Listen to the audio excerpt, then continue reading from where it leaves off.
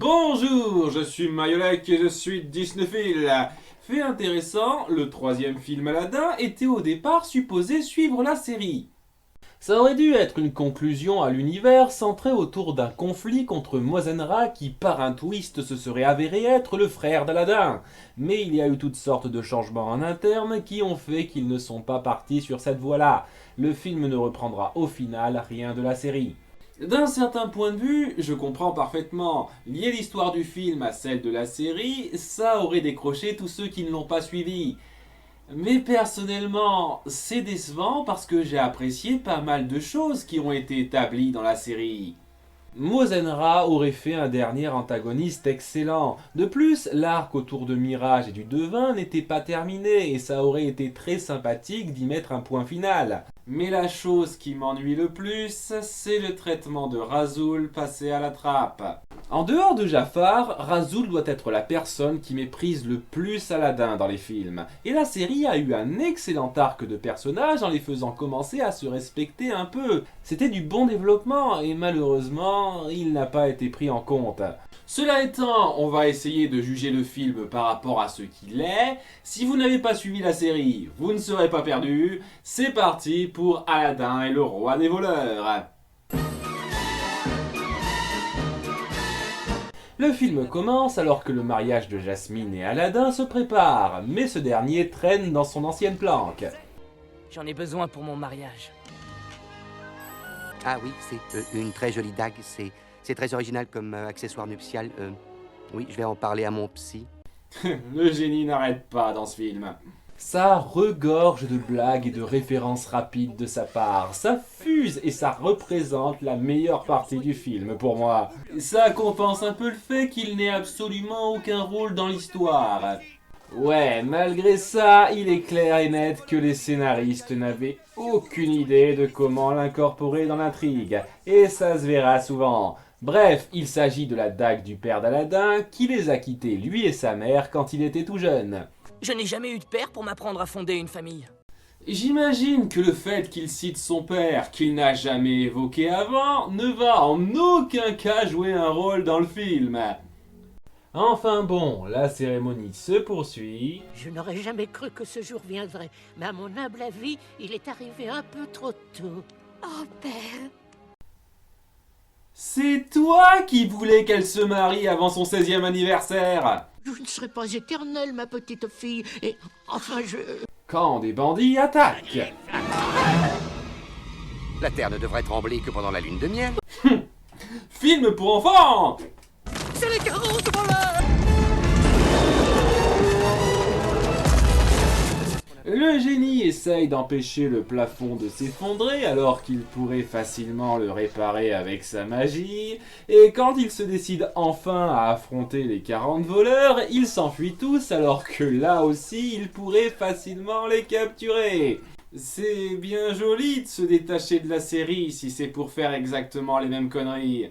En fait, pourquoi est-ce qu'aucun d'entre eux n'est capturé? On en voit clairement être mis KO, et pourtant, par magie, ils arrivent à s'échapper tous les 40 sans qu'on montre comment. Le dieu de la facilité scénaristique était de leur côté. De son côté, Aladdin empêche le chef des 40 voleurs de mettre la main sur un sceptre qui faisait partie des cadeaux de mariage. Pourquoi il voudrait voler cet engin? Si telle est ta question, c'est à moi d'y répondre.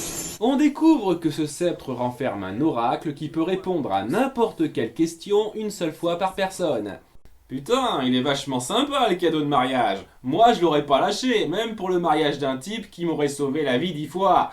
Et puis pourquoi le voler à ce moment-là? Ça pouvait pas se faire avant la cérémonie ou après? Et surtout pourquoi ils ont provoqué une esclandre alors qu'ils auraient clairement eu plus de chances de le piquer sans attirer l'attention? Ces 40 voleurs sont légèrement cons, je trouve. Bref, on apprend que le roi des voleurs voulait le sceptre pour trouver un grand trésor. Et la découverte de ce sceptre ouvre de nouvelles possibilités pour Aladdin et le dilemme qu'on a introduit au début du film. Tu ne peux rien pour moi. Mon passé ne se résume pas à une seule question. Mais la plupart des énigmes de ton passé peuvent être résolues par ton père. Par mon père? J'adore le fait qu'il ait pas posé de questions et qu'elle donne quand même une réponse. Ah zut, je me suis fait avoir, je sais ce que ça fait. Mais Aladdin hésite à demander où est son père. Je n'ai peut-être pas envie de savoir. Bien sûr que si. Je ne vois pas comment tu peux dire ça. Je le sais parce que je le connais déjà. Puisque je te connais, toi. C'est débile. Je sais que t'es un type bien, donc le type qui t'a jamais élevé est forcément un type bien lui aussi. En fait, on a toute une scène complètement inutile entre ces deux-là qui rajoute du drame à deux ronds alors qu'il aurait pu poser la question directe. Et puis merde, en dehors de Iago et Aladdin, personne va poser de questions à l'oracle. C'est n'importe quoi. Enfin bref, il finit par poser la question. Où est mon père? Pars sur la piste des 40 voleurs. Ton père est prisonnier de leur univers. Waouh, maître dans l'art de l'induction en erreur. Tu t'entendrais bien avec Obi-Wan Kenobi. Tu découvriras que beaucoup de vérités auxquelles nous tenons dépendent avant tout de notre propre point de vue. Donc Aladdin décide de partir à la poursuite des 40 voleurs. Sans le génie ni Jasmine parce que...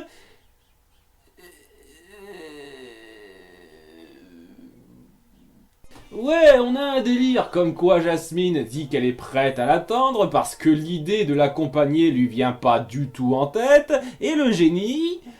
Ben ça arrangerait pas le scénario qu'il l'accompagne, donc merde! Sérieux, il a aucune raison de rester à Agrabah.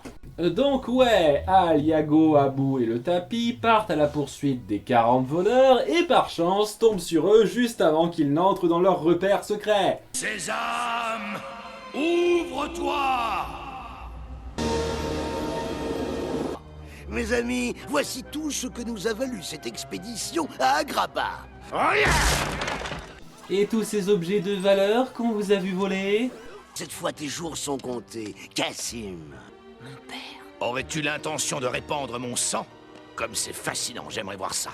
Aladdin aperçoit son père et ne se rend pas compte qu'il s'agit du roi des voleurs, même si tout le pointe. L'amour rend con, j'imagine. Et donc il casse sa couverture. Laisse-le. Ce petit est mon fils. Ce petit est donc bien le fils du roi des voleurs. Mon père est donc le roi des voleurs? Le même sang coule dans nos veines, c'est comme ça. Waouh, super révélation dramatique. Tout cela paraît si loin. Fils ou maléfice, ce petit est un intrus. Mais Patibulaire coupe court aux retrouvailles. Ouais, je sais que le personnage a un nom, mais avec cette voix-là, pour moi c'est Patibulaire. Ce gamin en a trop vu. Et pour sauver la mise, Cassim le met à l'épreuve avec un combat à mort contre Pat.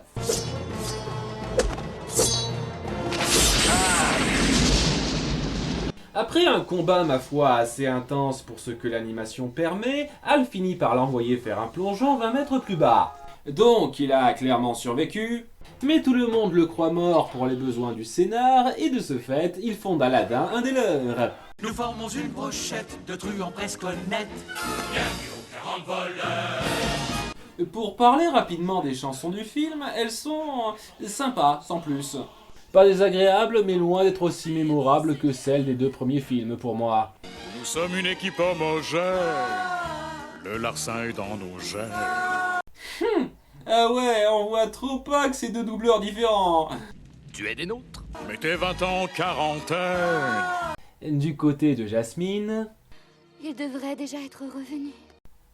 Ça fait pas une journée qu'il est parti. Et puis c'est toi qui as dit que tu serais prête à l'attendre le temps qu'il faut.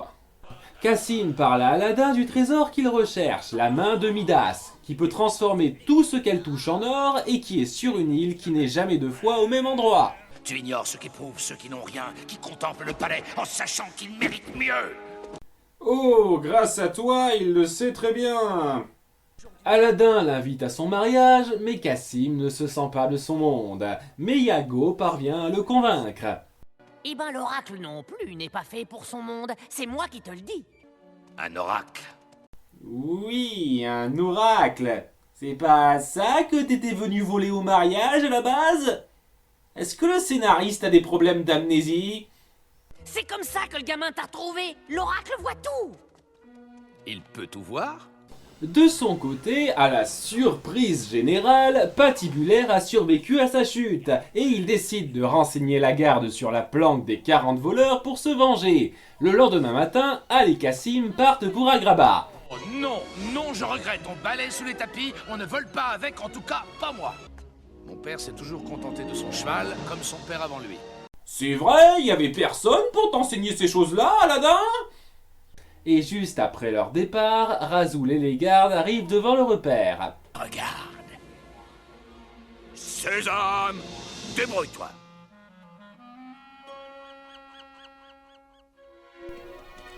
Il n'y a toujours rien à voir. Comment il est devenu chef de la garde exactement? Je croyais que t'avais dit qu'il fallait dire « Sésame, ouvre-toi ».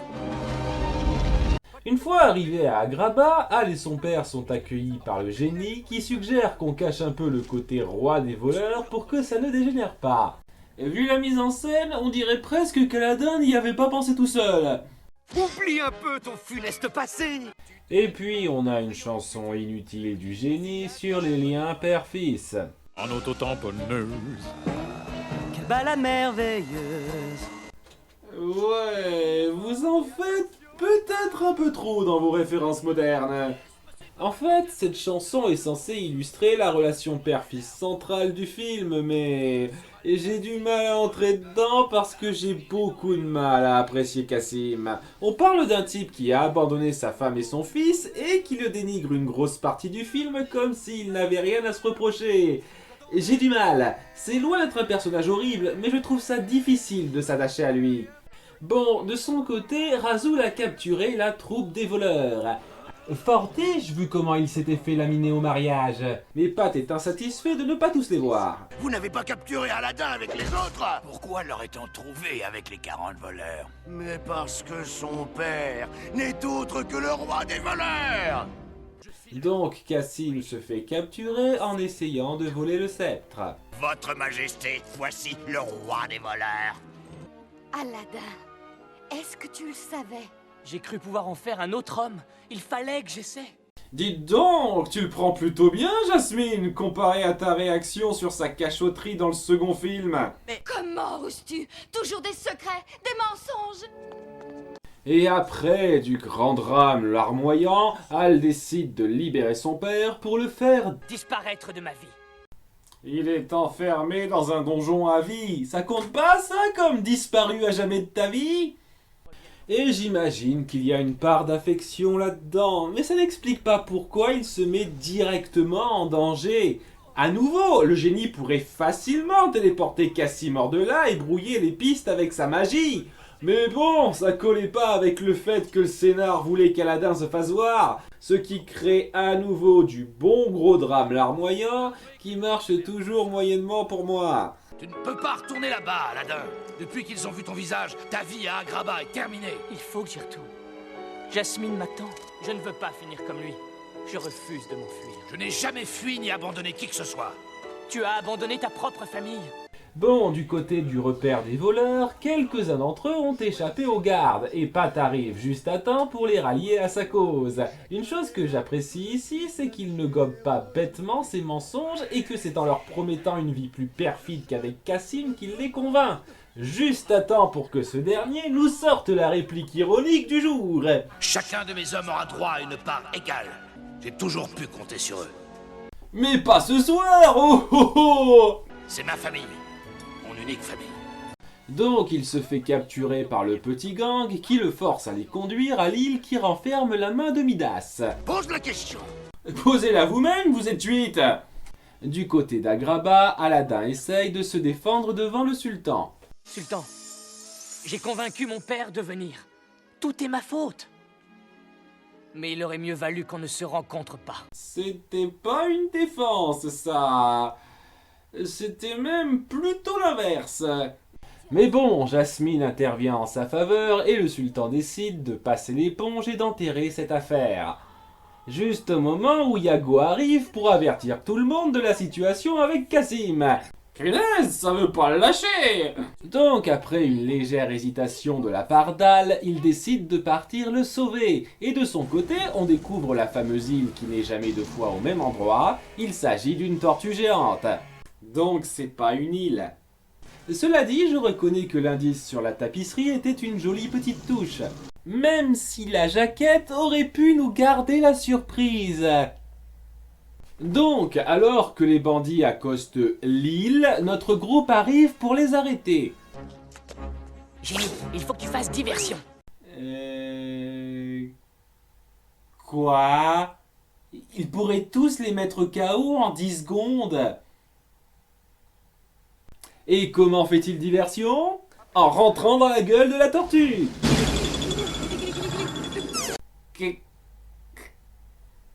Comme vous voulez. Faut bien trouver une excuse pour que Hal et Cassim soient seuls face à Pat. Bon, je la fais courte, il trouve la main de Midas, à la Indiana Jones, Patibulaire finit horrifié. Et Cassim nous la joue, c'est toi le vrai trésor, mon fils, avant de balancer la main de Midas à la mer. Ouais, parce qu'il pouvait pas avoir les deux. Le mariage a enfin lieu, et alors que Cassim part dans la nuit avec Iago comme nouvel associé, Aladdin et Jasmine partent parcourir le monde. Ok, si j'étais une fille et que tu me faisais un regard comme ça, t'aurais plus de chances que je t'en colle une plutôt que je t'embrasse. C'était donc Aladdin et le roi des voleurs, le grand final de la saga. Et pour un film qui voulait se démarquer de la série, il reprend pas mal de ses problèmes.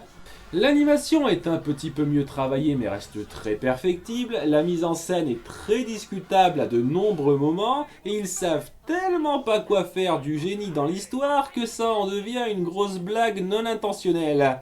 L'histoire centrale sur la relation père-fils entre Aladdin et Cassim n'est pas mauvaise à proprement parler, mais ayant déjà vu beaucoup mieux dans le genre, elle ne m'a pas marqué plus que ça, et je n'ai pas trouvé les nouveaux personnages très intéressants. Cela étant, ça reste au final un film correct. Nos anciens personnages restent toujours fidèles à eux-mêmes par rapport au film précédent, il y a pas mal de scènes drôles et de bonnes scènes d'action, ça reste globalement sympathique à regarder. En fait, ça donne même une conclusion satisfaisante à la saga. Pour notre couple principal qui finit par aller voir le monde, pour Iago qui s'est trouvé une autre épaule sur laquelle se poser qui lui correspond mieux. Quand on regarde tout ça, on ressent ce petit nœud au cœur qu'on a quand une page se tourne.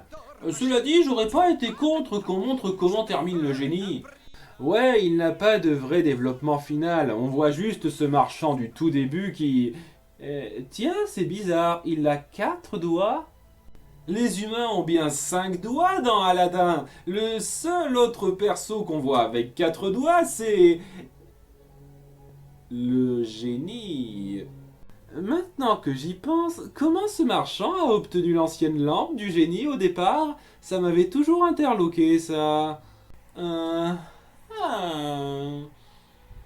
Tout ça m'inspire un futur top 10 pour la prochaine fois. C'était Mayolek, maître de la transition, et n'oubliez pas d'être Disneyphile. C'est la Fantasia à Agrabah, le grand bal va commencer. Mais il manque que quelqu'un, oui, aha.